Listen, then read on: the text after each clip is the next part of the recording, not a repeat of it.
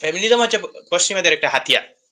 দেখেন এই যে ইরানে এরা পশ্চিমারা নারী অধিকার প্রতিষ্ঠা করছে।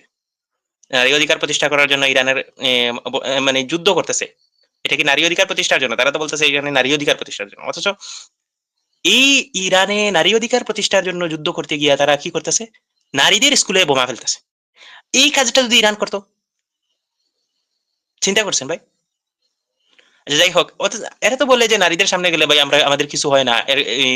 কি ইসলাম বলে নারীদের সামনে গেলে নাকি কিছু হয়ে যায়। অথচ সাইন্টিফিকলি এটা প্রুভেন যে নারীদের সামনে যদি পুরুষরা যায় তাহলে মানে হয়, আকৃষ্ট হয়। এটা একবারে অস্বীকার করা যায় না। এটা অবশ্যই এটা বিভিন্ন রিসার্চ আছে। আমি একটু আগে দেখছিলাম একটা ওয়েবসাইটও আছে। ওয়েবসাইটেও এগুলা আছে। এগুলা খুবই একটা বিষয়, সাধারণ বিষয়। এখন আরেকটা বিষয় ওই যে এপস্টিনের যেটা আসছে। এই জিনিসগুলা দেখা গেল যে নারীদের যারা আমাদের নারীরা মনে করে যে সামান্য শিক্ষিত হওয়ার পরে ২-১ জন সাহিত্যিকের বই যখন পড়ে, তারা মনে করে যে মানে আসলেই নারীদের অধিকার প্রতিষ্ঠা করছে পশ্চিমারা। কালকে একটা নারী পোস্ট করছে। ওই যে একটা মেয়ে কেঁদে বলতেছিল উম এই যে নারীদের যেকোনো একটা বিষয়ে কেঁদে নাকি বলতেছিল কোন এক নারী। যাই হোক এই যে নারীদের পতিতা বলা হয় এর কারণে নাকি নারীদের দোষ আছে। আমরা নারীরা হচ্ছে যে ঠিক নয়। নারীরা এখন মানে সবকিছু ছেড়ে দিয়েছি।